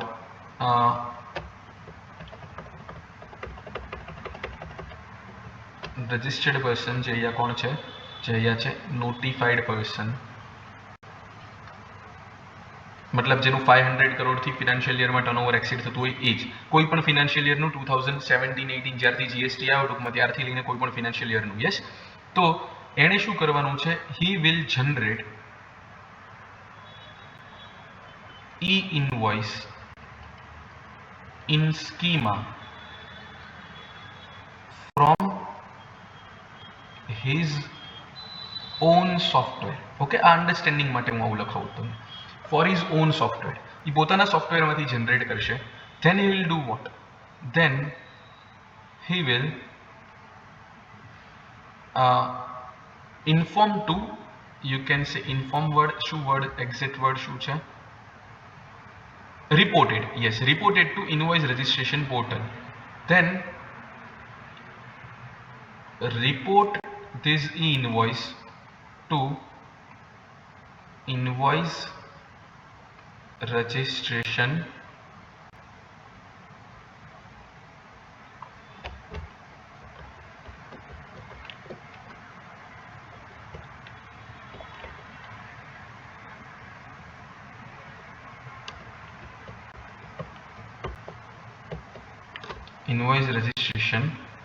portal, જેને હવે આપણે કહેશું IRP. ઓકે, તમે એમને રિપોર્ટ કરી દો IRP ને. હવે IRP શું કરશે? તો કે નાઉ IRP will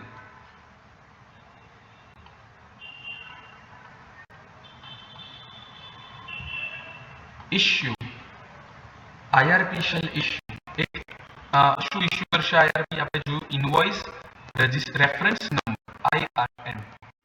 IRP issue reference number.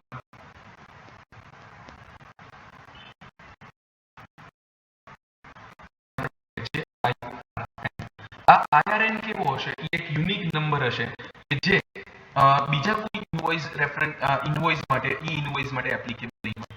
તમે એક આવું વેલિડ IRN પછી જે છે એ તમને ઇશ્યુ કરે, પછી શું કરશે? ડિજિટલી અને સપ્લાયરને રિટર્ન કરશે. સપ્લાયરે શું કરવાનું? તો કે સપ્લાયર જે છે એણે પોતાના સપ્લાયર જે છે એણે પોતાના ઇનવોઇસમાં ઈ નંબર કોટ કરવાનો IRN. સો સપ્લાયર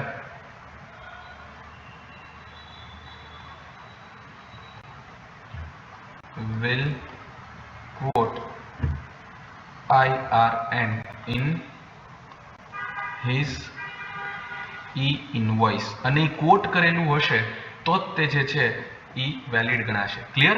તો જો આખું મેં જે છે તમને લોકોને પોઈન્ટ ટુ પોઈન્ટ સમજાવ્યું કેવી રીતે આખું ઇનવોઇસ જે છે એ જનરેટ થશે. યસ, કદાચ આ તો થિયોરેટિકલી તમને કંઈક આમાંથી પૂછી નાખ્યું હોય તો તમને આવડવું જોઈએ, કંઈક MCQs માં પૂછ્યું હોય તો તમને આવડવું જોઈએ.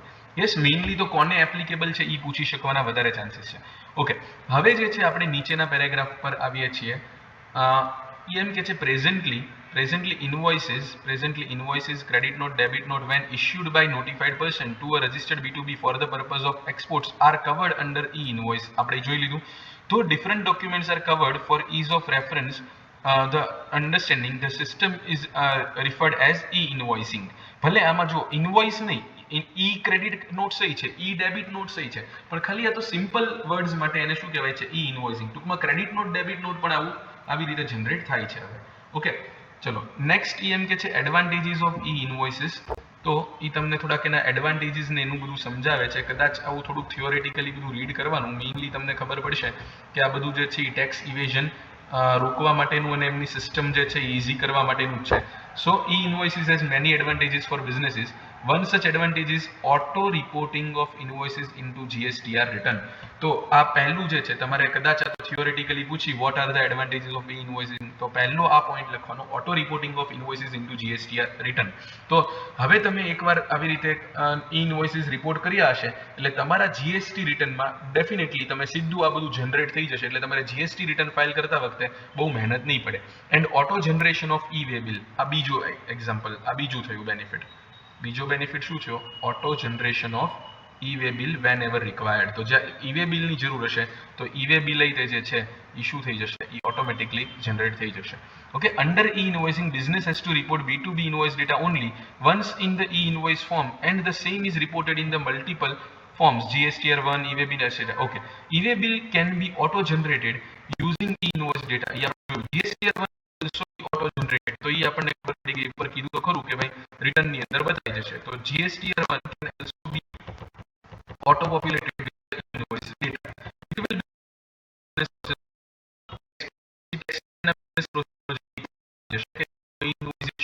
be invoice generate કરશે, એની સાથે સાથે તે લોકો એની જે છે ઈ-વે બિલ જનરેટ કરી નાખશે. પછી જ્યારે એનું રિટર્ન ફાઇલ કરવા જશે એમાં જેટલો એનો B2B વાળો ડેટા હશે એ તો બધો ઓટો પોપ્યુલેટ થઈ જશે, ઓટો જનરેટ થઈ જશે. એને પોતાના B2C એન્ટ્રી કેવી એન્ડ બાકીની એન્ટ્રીઝ માટે તે જે શું કરવું પડશે, GST માં ડેટા ફિલઅપ કરવો પડશે. યસ, તો એવું ઈ જે કહે છે ઈ છે.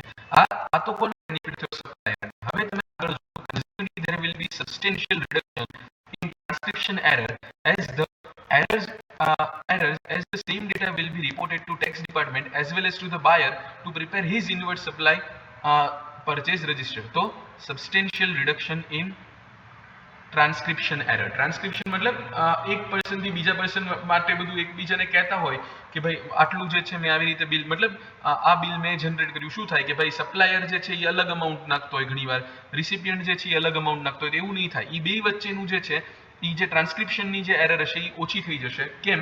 કારણ કે જે સપ્લાયરે જે ડેટા નાખ્યો હશે એ જ તે પહેલા માટે ઇનપુટ સર્વિસ ડેટા જે છે રિસિપિયન્ટ માટે એ જ તેનો ઇનપુટ ઇનવર્ટ ડેટા બની જશે. તો એ પણ જે છે આવી રીતે રિકન્સાઇલ કરી લેશે એવી સિસ્ટમ છે. ઓકે, સો ટ્રાન્સક્રિપ્શન એરર જે છે એ ઓછી થઈ જશે કારણ કે same data will get reported to the tax department as well as to the buyer to prepare his inward supply register. તો બાયરને પણ એનું ઇનવર્ટ સપ્લાયના રજિસ્ટરમાં આવી રીતે ફાયદો મળી જશે. ઓકે, પછી કે છે on receipt of information through GST system buyer can do reconciliation with his purchase order. તો બાયર જે છે એ શું કરી શકે, એનું રિકન્સિલિયેશન કરી શકે. તો buyer can do the reconciliation. Okay, આવા તમારે પોઈન્ટ્સ લખવાના છે. સાઉ થિયરી છે. Okay, thus it will facilitate standardization and interoperability sorry thus it will facilitate standardization and interoperability leading to reduction of disputes among transacting parties. તો શું થશે? reduction of disputes among transacting parties. Done. Improve payment cycles, improve કરશે payment cycles and reduction of processing cost and thereby greatly improving overall business efficiency. હજી આ બધી જે છે એ આપણા સાઈડથી તે પબ્લિકના સાઈડથી બેનિફિટ છે એ બધી વાત કરી છે, પણ ગવર્મેન્ટ જે છે એના સાઈડથી તે જે છે અહીંયા તમને કીધું. ઓકે, ચલો એની પહેલાનો આ પેરેગ્રાફ વાંચીએ. Further, since a complete trail of B2B invoices is available with the department, it will enable system level matching of input tax credit and output tax, thereby reducing the tax evasion. આવી ગયું government વાળું. સો it will enable, main આ જ છે ભાઈ, આ માટે જ કર્યું છે. it will enable the system level matching of input tax credit and output tax, thereby reducing the tax evasion.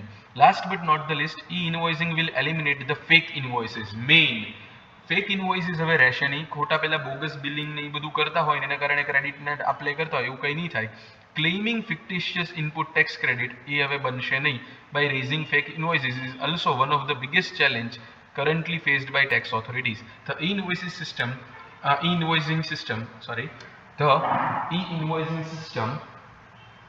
will help to curb the actions of unscrupulous taxpayers and reduce the number of fraud cases as the tax authority will have the access to the data in real time. Clear? તો આ તો main benefit છે. Okay, હવે આની statutory provision છે એ friends આપણે બહુ ડિટેલમાં નથી વાંચી રહ્યા. ઓકે, તમારે એનું ફોર્મ જે છે એ ખાલી જસ્ટ MCQ માટે તમારે યાદ રાખવું હોય તો એ શું કહે છે જો, e-invoice shall be prepared by notified class of person by uploading such particulars as contained in the form as contained in the form GST EINV1, okay, on the common GST electronic portal and obtain IRN. IRN જે છે obtain કરશે. yes, IRN જે છે obtain કરશે. yes, in a prescribed manner and subject to prescribed condition and restrictions. okay, પછી જે છે એ બધું કમિશનરની બધી વાતો છે આ પણ ચલો થોડુંક ઇગ્નોર કરી લઈએ. અને ક્લાસ ઓફ પર્સન જે છે નોટિફાઈડ એ આપણે જોઈ લીધું. એક્ઝમ્પશન્સ જે છે એ થોડુંક આપણે જોઈ લઈએ કે ભલે તમારું કદાચ ટર્નઓવર 500 કરોડથી વધી જતું હોય પણ તમારે ઇન્વોઇસિંગ કરવાની જરૂર નહીં પડે. તો એમાં કોણ છે તો કે following entities are exempt from mandatory requirement of invoicing. કોણ છે પહેલા તો કે special economic zone units SEZs, insurer, banking company, તમે સમજો બેંકના નાના તો ટર્નઓવર ઇઝીલી 500 કરોડ થઈ જતા હોય તો એ લોકોને આવા દરેક વખતે રોજે નાના નાના કામ કરે અને એ લોકો ઇન્વોઇસ બનાવવા જાય ને એવું કરવા જાય તો બેંક ચલાવે કે ઇન્વોઇસ ઇશ્યુ કરે. યસ, એક ખાસ ડિપાર્ટમેન્ટ બનાવવું પડે એ લોકોએ, તો ઇન્વોઇસ ડિપાર્ટમેન્ટ. ઓકે, પછી કે GTA supply service in relation to transportation of goods by road in goods carriage. તો આપણને ખબર છે GTA ને બધે બધા એક્શન મળે છે. Supplier passenger transportation service goods transport વાળા આવી ગયા તો એમ કે છે કે તો પછી અમે પેસેન્જર ટ્રાન્સપોર્ટ વાળા નહીં તે અમે આ બેનિફિટ જે છે એ પાસ ઓન કરી. And person supply service by way of admission to exhibition of cinematography in the multiplex. services. So a person supplying services by way of admission to exhibition of cinematograph films in multiplex. એટલે multiplex વાળા જે છે multiplex કે જેમાં theatre નહીં, સમજો multiplex, થિયેટરમાં એક જ સ્ક્રીન હોય, મલ્ટીપ્લેક્સમાં મલ્ટિપલ સ્ક્રીન્સ હોય, તો જેમાં મલ્ટિપલ સ્ક્રીનથી ચાલતું હોય એને જ જે છે આ એક્ઝમ્પશન છે.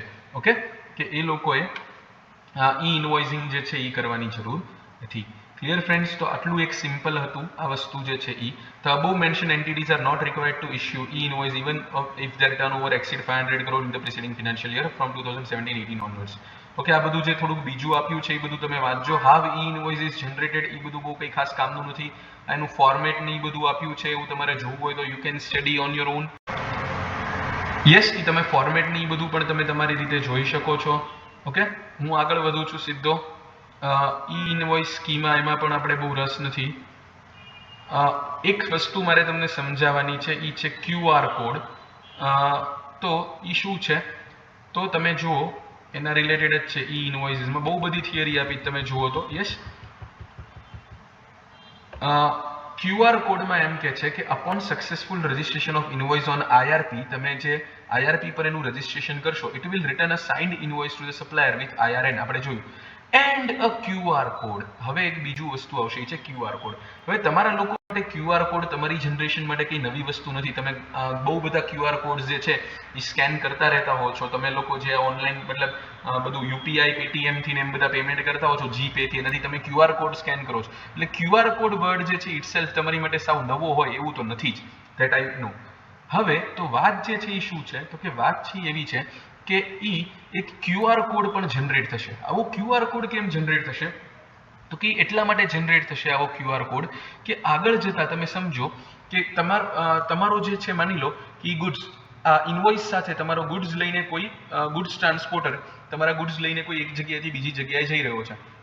હવે વચ્ચે માની લો કોઈ એક જગ્યાએ એવું બન્યું કે કોઈ પર્સન જે છે, કોઈ GST ના જે ઓફિસર કે જે મતલબ ઇન્સ્પેક્ટર્સ ની લોકો છે, એને ચેક કરવું છે કે ભાઈ આ વ્હીકલમાં, આ વેસલમાં જે બધા ગુડ્સ જઈ રહ્યા છે, આ વ્હીકલમાં જે બધા ગુડ્સ જઈ રહ્યા છે, સોરી નોટ વેસલ, વ્હીકલમાં જે બધા ગુડ્સ જઈ રહ્યા છે, એ પ્રોપર એનું બધું બિલિંગ ને બધું પ્રોપર થયેલું છે કે નહીં, એને ચેક કરવું છે.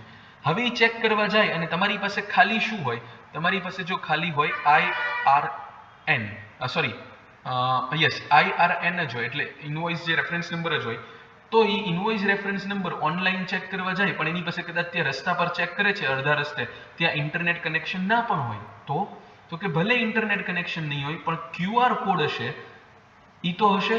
યસ, તો એનાથી શું થશે, તો કે QR કોડ જે છે, QR કોડ ઈ સ્કેન કરવા માટે આ બધા જે ઇન્સ્પેક્ટર્સ ને ઈ બધા હશે એને એક ડિવાઇસ આપી દેશે.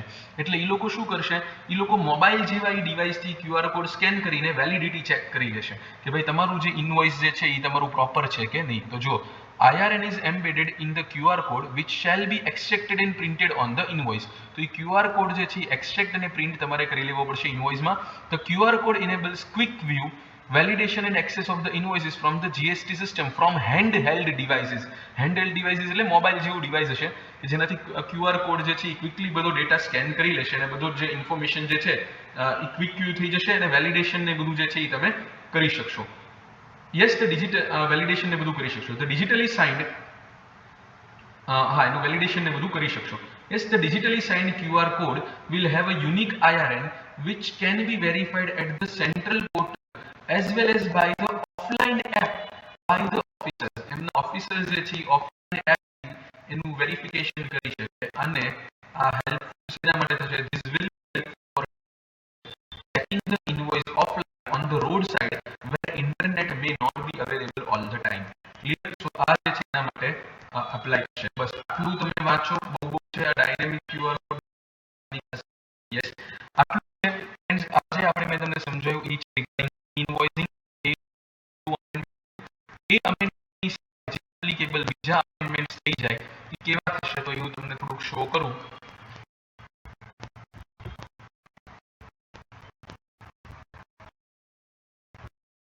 So let me just see. તમને ખબર હોય તો આપણે ભણતા હતા something called particulars of a tax invoice, right? Tax ઇનવોઇસીસની અંદર કઈ કઈ વસ્તુઓ હોવું જોઈએ. તો હવે તમે સમજો, જેને ઈ ઇનવોઇસ આપવાનું થાય છે એના પર્ટિક્યુલર્સમાં બીજી કઈ બે વસ્તુ એડ થઈ જશે, જે તમારું અમેન્ડમેન્ટ કહેવાશે. તો કે એના પર્ટિક્યુલર્સમાં બીજી જે વસ્તુ એડ થઈ જશે એ હશે quick response code having embedded invoice reference number in it in case of e-invoice has been issued. તો QRN with IRN એ જે છે, sorry, quick response QR code with IRN should be there in the e-invoice. Okay, તો e-invoice ના જે બધા data છે, કઈ વસ્તુ એની અંદર હોવી જોઈએ, એમાં આ એક બીજી વસ્તુ એડ થઈ જશે. ક્લિયર? યસ. બીજું જે છે એક તમને એવું આપેલું છે કે ભાઈ આ number of HSN digits required on tax invoice and class of registered person not required. હવે એમાં તમને મોડ્યુલ જોશો તો તમને ચેન્જ જોવા મળશે, પણ એ જે ચેન્જ છે ફ્રેન્ડ્સ, એ તમારા એટેમ્પ્ટમાં નથી, કારણ કે તમારા એટેમ્પ્ટમાં તો આ જ આવે position effective till 31st March 2021. એટલે તમને જે શીખવાડ્યું છે એ જ તે કે તમારું એન્યુઅલ ટર્નઓવર 1.5 કરોડથી ઓછું હોય તો તમારે કોઈ HSN જે છે એ પ્રિન્ટ કરવાની જરૂર નથી. તમારું એન્યુઅલ ટર્નઓવર જો 5 કરોડથી ઓછું હોય પણ 1.5 કરોડથી વધારે હોય તો તમારે 2 ડિજિટ સુધીના શું કરવા પડશે? તમારે HSN કોડ મૂકવા પડશે. અને 5 કરોડથી વધારે ટર્નઓવર હોય તો 4 ડિજિટ સુધીના HSN કોડ મૂકવા પડશે. આ એઝ ઇટ ઇઝ છે. પછી અમેન્ડમેન્ટ છે એ છે 1/4/2021 થી. એ તમારા એટેમ્પ્ટમાં એપ્લિકેબલ નથી કે ભાઈ 5 કરોડથી ઓછું હોય તો 4 આવી ગયું છે અને 5 કરોડથી વધારે હોય તો 6. એ તમારા એટેમ્પ્ટમાં એપ્લિકેબલ નથી. ઓકે, સો એવું સમજ્યા હોય તો એ તમારે ઇગ્નોર કરજો. એ લાસ્ટ એટેમ્પ્ટ પ્રમાણે જ છે, કારણ કે તમારું જે એક્ઝામિનેશનમાં જે છે એ આ આવશે position effective till 31st March 2021. Okay, જો અહીંયા નીચે લખી દીધું છે ઇન્સ્ટિટ્યૂટે તમને applicable only for students appearing in May 2021 examination. Okay, જે નવેમ્બર 2021 વાળા છે એને આ આવી જશે position with effect from 1/4/2021. Clear? Okay, આ સિવાય લેટ મી ચેક કે બીજું બાકી છે કે જે ઇન્વોઇસિંગ માટે તમને આમાં કરાવવાનું હોય.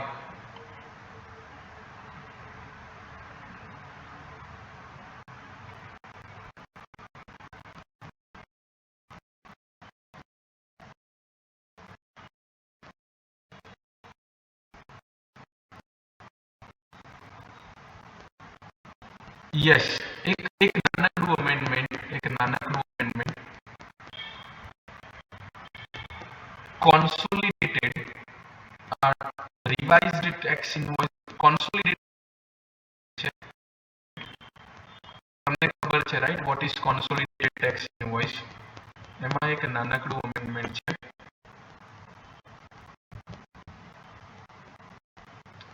let me first find out the provisions.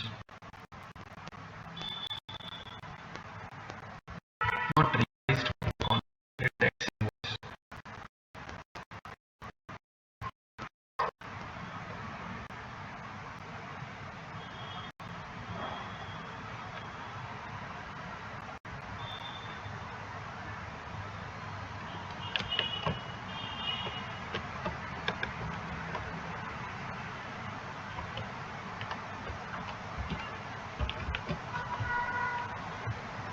Just give me a minute.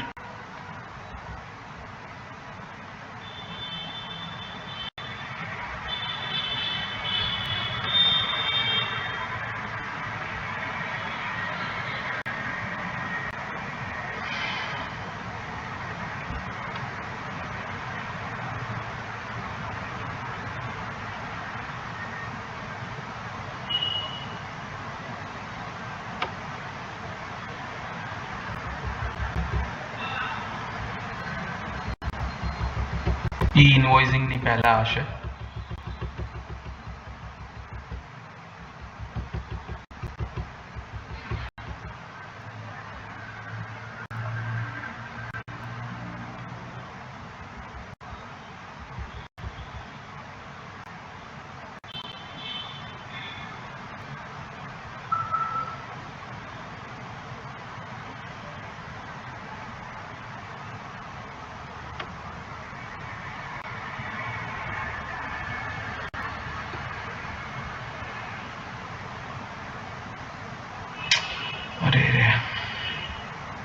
consolidated tax invoice.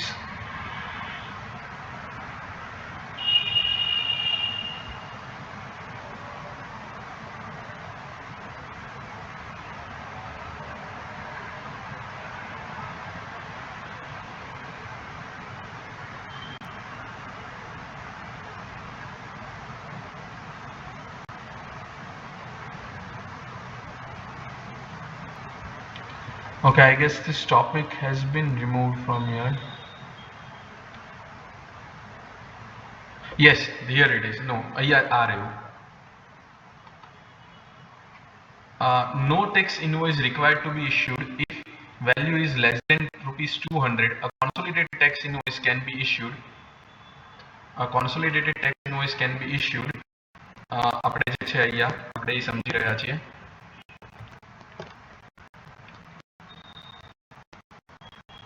Under section 30. Okay, હવે અહીંયા જે છે એ તમને એવું આપ્યું છે કે કોન્સોલિડેટેડ ટેક્સ ઇનવોઇસ જે છે એ તમે ઇશ્યુ કરી શકો છો. ક્યારે ઇશ્યુ કરી શકો છો? તો કે જ્યારે તમે જે વેલ્યુ જે તમારી જે 200 કરતા ઓછી હોય. ઓકે, તો consolidated tax invoice issue કરો. A registered person may not issue tax invoice if value for the service is both supplied and less than 200, the recipient is unregistered and the recipient does not require invoice. ત્રણે condition satisfy થાય તો તમે એવું સમજતા હતા. આ ત્રણે condition satisfy થાય તો તમે સમજતા હતા કે તમારે એક ઇન્વોઇસ બનાવવાની જરૂર નથી. એની બદલે registered person consolidated tax invoice જે છે ઇશ્યુ કરી દેશે. ઓકે, આખા દિવસનું. તો એની અંદર અમેન્ડમેન્ટ છે એ એમ કે છે however they can only did not issue for okay, however અહીંયા જો this option is not available to a supplier engaged in making supply of service by way of admission to exhibition of cinematograph films in multiplex screens. Okay, એટલે જે મલ્ટીપ્લેક્સની અંદર જે લોકો movie કે એવું બતાવે છે એ લોકો જે છે એને આ એપ્લિકેબલ નથી. એટલે કે સ્મોલ ટેક્સ પેયર હોય કે જે હોય એને એની તમે જુઓ મલ્ટીપ્લેક્સની ટિકિટ તો 200 કરતાં ઓછી હોઈ શકે. યસ, તો એ એમ કે હું બિલ નહીં આપું તો એવું નહીં ચાલે. એને એની ટિકિટ જે છે ઇન્વોઇસ જે છે ઇશ્યુ કરવાનું જ છે દરેકે દરેક માટે. આવું જે છે આ એક અમેન્ડમેન્ટ છે કે મલ્ટીપ્લેક્સ વાળા કોન્સોલિડેટેડ ટેક્સ ઇન્વોઇસ ઇશ્યુ કરી શકે નહીં. કદાચ તમને એમસીક્યુમાં કે એમ કરીને પૂછે કે ભાઈ આ બધી તમને ઉપર તમે જુઓ તો બધી કન્ડિશન આ કન્ડિશન 1 2 3 સેટિસ્ફાઈ થતી હોય પણ હોય મલ્ટીપ્લેક્સ વાળો તો તમારે જે છે કહેવાનું ભલે એવું છે પણ એ કોન્સોલિડેટેડ ટેક્સ ઇન્વોઇસમાં ના જઈ શકે બીકોઝ એને એની પાસેથી આ સ્કીમ જે છે એ વિથડ્રો કરી લીધી છે. અમેન્ડમેન્ટ આપીને આ સ્કીમ એની પાસેથી લઈ લીધી છે. એણે જે છે એ પૂરેપૂરું ઇન્વોઇસ જે છે ઇશ્યુ કરવું જ પડશે. મતલબ પ્રોપર ઇન્વોઇસ ઇશ્યુ કરવું પડશે. એ કોન્સોલિડેટેડ ટેક્સ ઇન્વોઇસ ચાલશે નહીં. ક્લિયર? ઇવન ઇફ તમને ક્વેશ્ચન એટલો ઘુમાવી ફેરવીને કહેશે કે ટિકિટ 150 રૂપિયા જ છે, રિસિપિયન્ટ અનરજિસ્ટર્ડ છે અને રિસિપિયન્ટને ઇન્વોઇસ જોતું નથી, તોય તમારે કહેવાનું કે ભલે એવું છે પણ એ મલ્ટીપ્લેક્સ સ્ક્રીનમાં એ આવી સર્વિસ આપે છે તો એની માટે આ ઓપ્શન અવેલેબલ નથી કોન્સોલિડેટેડ ટેક્સ ઇન્વોઇસનો. Clear? So this was the little amendment. Yes, clear? આ સાથે આપણા જે છે આ ચેપ્ટર વાળા અમેન્ડમેન્ટ પણ પૂરા થઈ ગયા. બાકી તો જે છે ફ્રેન્ડ્સ એ બહુ જ નાના થિયોરેટિકલ ટોપિક્સ છે. સો ચલો એ આપણે સમજીએ. જે બાકીના અમેન્ડમેન્ટ છે ઇન્વોઇસ વાળું તો ઠીક છે આપણે સમજી લીધું. એક ચેપ્ટર 9 ની અંદર એક અમેન્ડમેન્ટ છે નહીં એ પણ આપણે સમજી લીધું. રાઈટ, 9 વાળું આપણે જોઈ લીધું. તો બસ ખાલી એક નાનકડું અમેન્ડમેન્ટ હવે ચેપ્ટર 10 ની અંદર છે જે છે રિગાર્ડિંગ યોર રિટર્ન્સ. તો હવે એક એવું આવી ગયું છે કે તમારું નીલ રિટર્ન પણ તમારે ફાઇલ કરવાનું છે. નીલ રિટર્ન એટલે શું? જીએસટી ની અંદર તમારે તમારું નીલ રિટર્ન પણ ફાઇલ કરવું પડે. નીલ રિટર્ન એટલે એમાં કોઈ ટ્રાન્ઝેક્શન્સ જ હોય નહીં, નો ટ્રાન્ઝેક્શન્સ. નીલ રિટર્ન એટલે ઇન્કમ ટેક્સની જેમ નથી કે ટેક્સ પેએબલ 0 હોય અને નીલ રિટર્ન કહેવાય. નો, અહીંયા કોઈ તમારા ટ્રાન્ઝેક્શન ના હોય એને નીલ રિટર્ન કહેવાય છે. તો જીએસટી ની અંદર તમારે તમારું નીલ રિટર્ન પણ ભરવું પડે છે. હવે લોકોને નીલ રિટર્ન ભરવામાં બહુ જ બધી એફર્ટ્સ ને એ બધું આપવું પડતું હતું. એટલા માટે જે છે ગવર્મેન્ટે એક એવું કીધું છે, એટલા માટે જે ગવર્મેન્ટ જે છે એણે એવું કીધું છે કે તમારે તમારું જે નીલ રિટર્ન જે છે એ તમારે ફાઇલ કરવું હોય તો તમે ખાલી એક એસએમએસ થ્રુ, રજિસ્ટર્ડ મોબાઈલના એક એસએમએસ થ્રુ તમે નીલ રિટર્ન ફાઇલ કરી શકો છો. Nil GSTR 1 can be filed through an SMS using the registered mobile number of the tax payer. Clear? So આ એક નાનકડું અમેન્ડમેન્ટ છે. આ ચેપ્ટર 7 જે તમારું રજિસ્ટ્રેશન વાળું ચેપ્ટર છે આઈ ગેસ. એક જ minute.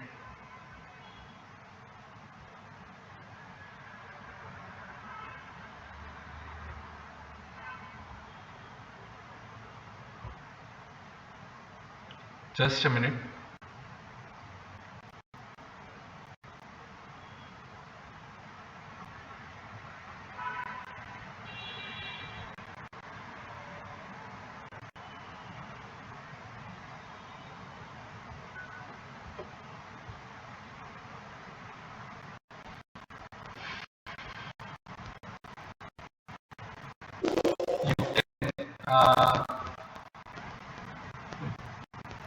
forward the video for 10 seconds. Okay, this process will take time of 10 to 15 seconds.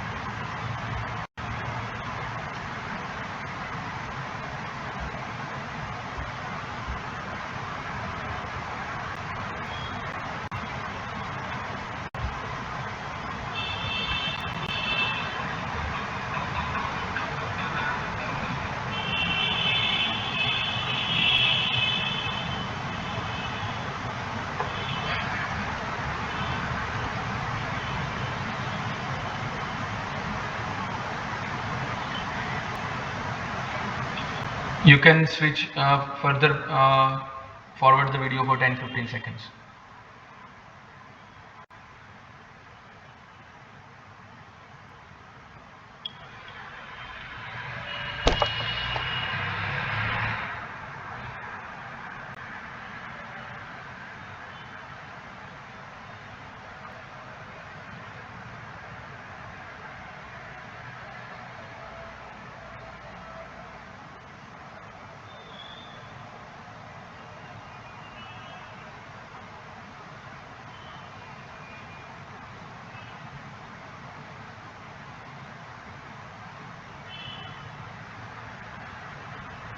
Okay so here we go.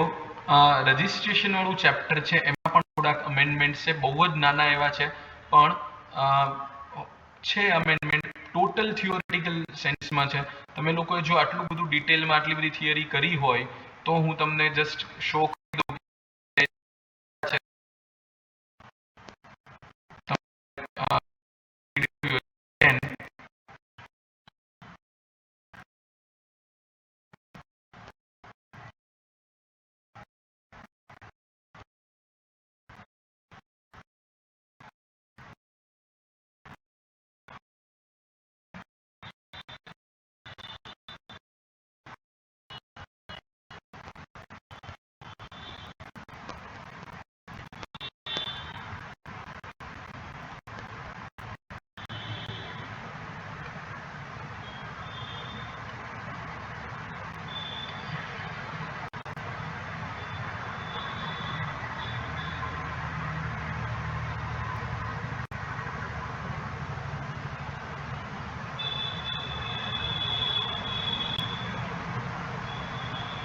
Yes, એક આ આવી ગયું છે કે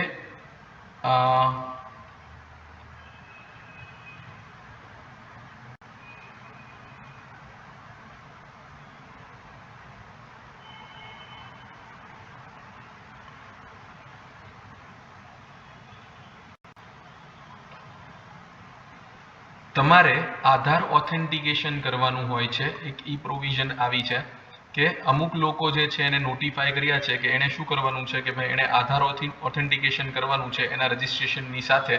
અમુક એવા લોકો છે કે જેને એમાંથી એક્ઝમ્પ્ટ કર્યા છે કે ભાઈ તમારે આધાર ના કરો, તમે આધાર ઓથેન્ટિકેશન ના કરો તો ચાલશે. ઓકે, તો આ થિયરી તમારે રીડ કરવી હોય તો તમે કરજો. આ રહ્યું person or class of persons exempt from Aadhaar authentication. કોણ છે તો કે person who are not citizen of India or person other than the following class of person, એટલે કે individual authorized signatory of all the types, managing and authorized partner કરતા of HUF. તો આ સિવાયના કોઈ આધાર ઓથેન્ટિકેશન નથી કરવું. એટલે કંપનીનું તો આધાર કાર્ડ હોય નહીં તો એ લોકો કેવી રીતે એનું આધાર ઓથેન્ટિકેશન કરે, એવી એક પ્રોવિઝન છે. આ તમારે રીડ કરવું હોય તો રીડ કરો, વધારે પડતું છે તો એટલું નથી છે. અને મને ખબર છે કે બધું સ્ટુડન્ટ જે છે એ પણ કરવાના નથી, પણ તે આધાર ઓથેન્ટિકેશન છે.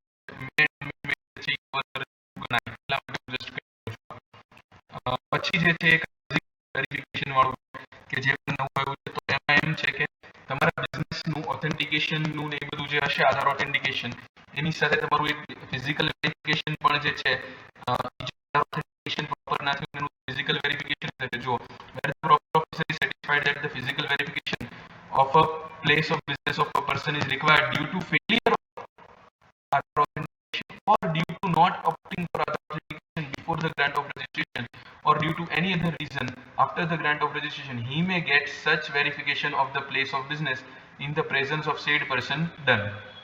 ઓકે, તો જો કોઈ પ્રોપર ઓફિસરને એવું રિયલાઇઝ થશે કે ભાઈ આને આધાર ઓથેન્ટિકેશન પ્રોપર નથી કર્યું, કાં તો આધાર ઓથેન્ટિકેશન ઓફ નથી કર્યું, કે પછી કોઈ પણ રીઝન હોય કે જેને કારણે એને રજિસ્ટ્રેશન આપ્યું છે પણ એમાં એને એમ લાગે છે કે એની બિઝનેસ પ્લેસનું વેરિફિકેશન ફિઝિકલ વેરિફિકેશન કરવું પડશે તો એ ફિઝિકલ વેરિફિકેશન કરશે.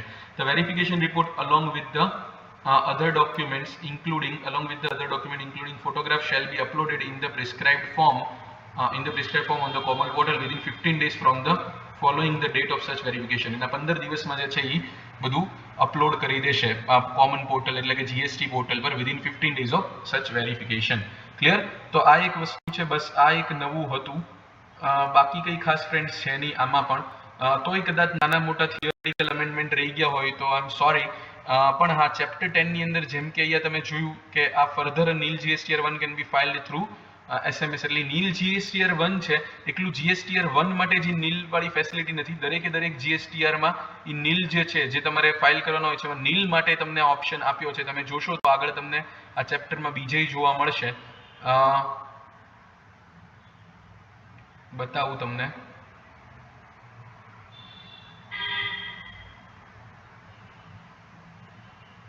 આ HSN વાળું તો ઈ જ છે જે મેં તમને ઉપર કીધું કે જે તમારે આ જ ફોલો કરવાનું છે, બીકોઝ તમારી એક્ઝામ કઈ છે મે 2021, નવેમ્બર વાળા માટે આપણે ઠીક છે એના માટે એપ્લિકેબલ છે. તમે મે વાળા છો એટલે તમારે તો આ જ એપ્લિકેબલ છે. નવેમ્બરના સ્ટુડન્ટ્સને સમજાવી દઈશું પછી.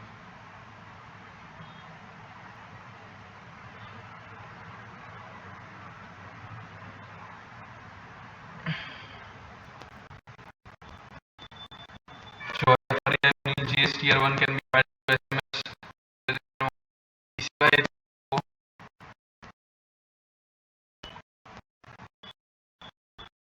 So GSTR 3B में के जो until GSTR 3B can be filed to SMS using the registered number of experience.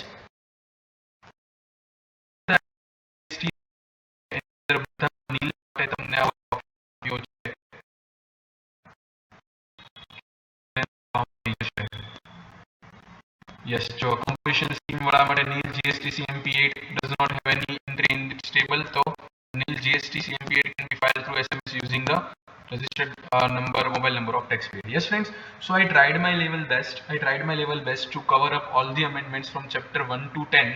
આમાં પણ important જે amendment જે છે એ આપણે કહી શકીએ કે જે કેલ્ક્યુલેશન પર્સપેક્ટિવથી ઇમ્પોર્ટન્ટ છે. એ ચેપ્ટર 9 વાળું છે કે જે મેં તમને લોકોને પેલું પેમેન્ટ ઓફ ઇન્ટરેસ્ટ વાળું સમજાવ્યું એ, અને જે લાસ્ટ યરની મોડ્યુલમાં નહોતું ને આ યરની મોડ્યુલમાં છે એ વાળું કે જે ઇનપુટ ટેક્સ ક્રેડિટ વાળું છે એ વધારે ઇમ્પોર્ટન્ટ ફ્રેન્ડ્સ ગણાશે. આ સિવાયના બધા મેટર જે છે એમાંથી તમે ઈ ઇનવોઇસિંગ વાળી થિયરી, આ સિવાયના મેટર્સમાંથી ઈ ઇનવોઇસિંગ વાળી થિયરી થોડીક પ્રોપરલી કરજો. ઓકે ફ્રેન્ડ્સ, યસ, તો આટલું રાખીએ છીએ. Thank you everyone. આ સિવાય પણ તમારે કોઈ પણ ડાઉટ્સ હોય તો યસ યુ કેન કોન્ટેક્ટ મી. યુટ્યુબમાં વિડીયો જોવે છે એ લોકો, જે સ્ટુડન્ટ છે એ લોકો યુટ્યુબ થ્રુ કે એવી રીતે ગમે તે રીતે એ લોકો મને કોન્ટેક્ટ કરી શકે છે, ફોન કરી શકે છે, અને મને જે ડાઉટ્સ જે છે ઇવન ફોન કરીને તમે મને મારા સ્ટુડન્ટ્સ જે છે ડીમેક્સના સ્ટુડન્ટ્સ જે છે એ ફોન કરીને પણ ડાઉટ્સ પૂછી શકે છે. ઓકે ફ્રેન્ડ્સ, તો યસ આટલું રાખીએ છીએ આજના લેક્ચર પૂરતું. Thank you everyone. If any doubts are there, yes do contact me if any doubts are there. Okay, બાકી આટલું રાખીએ છીએ. આ જ તમારા બધા અમેન્ડમેન્ટ્સ હતા જે GST as well as income ટેક્સના અમેન્ડમેન્ટની સિરીઝ ઓલરેડી જે છે એ મેં લેક્ચર્સ અપલોડ કરેલા છે. ઓકે, અને આ બે લેક્ચર જે છે એ જીએસટીના અમેન્ડમેન્ટના, આ બે લેક્ચર જે છે એ આપણા જીએસટીના અમેન્ડમેન્ટના લેક્ચર્સ જે છે એ કહેવાશે.